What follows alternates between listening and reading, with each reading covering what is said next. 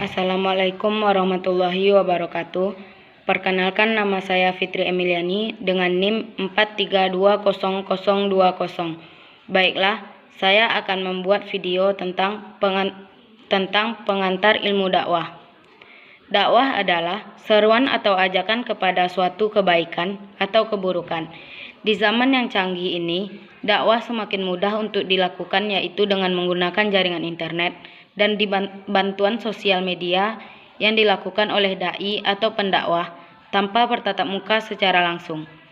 Selain itu, dakwah diperuntukkan kepada muslim dan non-muslim untuk memperkuat iman dan mengenai Islam lebih baik atau lebih dalam. Semua Rasul bertugas memanggil, menyeru, mengajak manusia untuk beriman kepada Allah dan menjalankan syariat agamanya. Dengan demikian, Nabi dan Rasul adalah para da'i, sebab Nabi adalah orang yang membawa dan menyampaikan informasi atau wahyu dari Allah kepada manusia, sedangkan Rasul adalah orang yang menyampaikan pesan atau risalah dari Allah Subhanahu wa Ta'ala kepada manusia. Di antara sekian banyak Nabi dan Rasul yang diutus oleh Allah untuk berdakwah, ada 7 Nabi yang disebutkan dalam Al-Quran sebagai Nabi yang diutus oleh Allah untuk menyampaikan amanahnya kepada umatnya. Di antaranya adalah Nabi Nuh, Nabi Hud, Nabi Soleh, Nabi Lut, Nabi Syu'aib, Nabi Musa, dan Nabi Isa. Para Nabi membawa sejarah dakwah mereka sendiri-sendiri sebagai pelajaran bagi umat saat ini. Dakwah Rasulullah untuk memeluk Islam.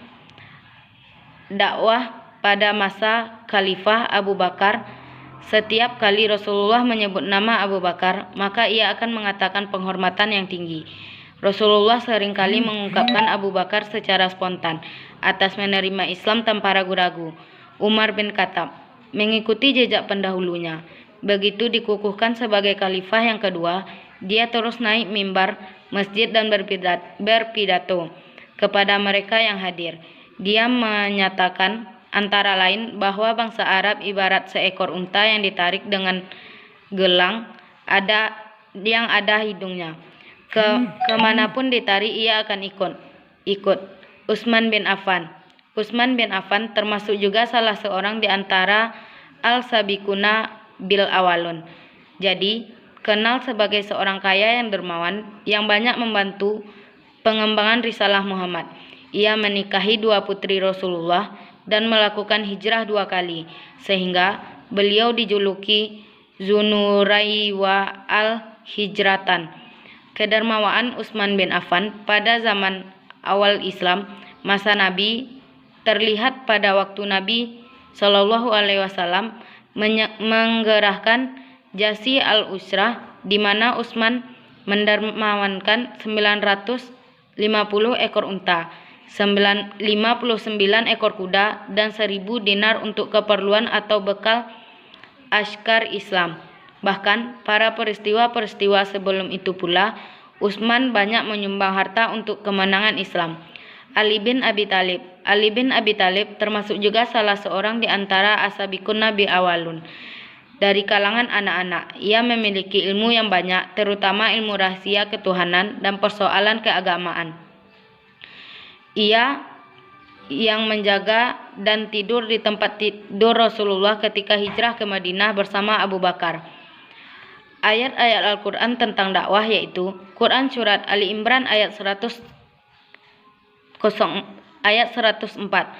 Rukun-rukun dakwah yaitu orang yang mengajak atau menyeru ke jalan Allah. Jadi dai adalah setiap muslim atau muslimat yang melakukan aktivitas dakwah sebagai kewajiban yang melekat dan tak terpisahkan dari misi sebagai penganut Islam, sesuai dengan perintah baliku ani walau ayat.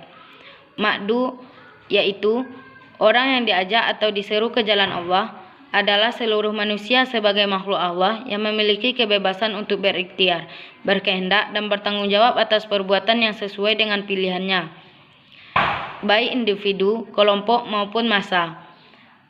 Mahad dakwah yaitu metode atau cara dalam menyampaikan dakwah, cara-cara penyampaian dakwah, baik individu atau kelompok maupun masyarakat luas agar pesan-pesan dakwah tersebut mulai diterima. Wasyail yaitu sarana atau media dalam menghantarkan dakwah kepada masyarakat.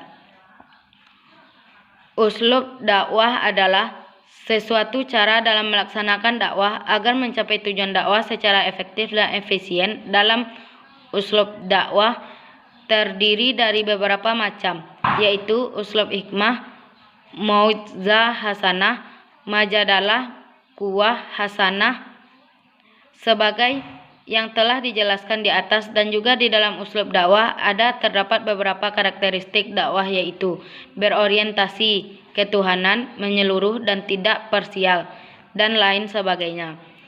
Al-Mabadi al-Syarah adalah sebuah istilah yang dipakai oleh ilmuwan untuk menjelaskan 10 hal pokok tentang sebuah ilmu yang harus diketahui oleh para penuntutnya. Strategi merupakan rencana jangka panjang untuk mencapai suatu tujuan yang terdiri dari aktivitas-aktivitas penting yang diperlukan. Strategi akan menjamin organisasi akan bertahan dan berkembang pada masa yang akan datang. Merumuskan strategi bukanlah pekerjaan yang mudah. Kendala umatnya adalah komitmen internal terhadap segala hal yang telah dirumuskan. Sebagaimana konsekuensi strategi, makna penting dari pemahaman strategi sebagai pengambilan tindakan yang berbeda dengan organisasi lain. Tanpa adanya strategi, mustahil akan ada pencapaian. Pencapaian diperoleh oleh suatu organisasi tentu tidak akan lepas dari penerapan strategi. Tanpa adanya strategi, suatu organisasi tidak akan mencapai apa-apa. Dan ketika terjadi sebuah kesalahan, maka strategilah yang pertama kali dipertanyakan, tepat atau tidaknya strategi tersebut. Satu hal yang harus digarisbawahi, bahwa strategi didasarkan pada analisis yang terintegrasi dan holistik. Artinya, setelah strategi disusun, semua unsur yang ada dalam organisasi menginternalisasikan visi dan misi secara baik dan benar, karena dalam perspektif jangka panjang. Baik, hanya itu yang dapat saya sampaikan. Saya sudahi dengan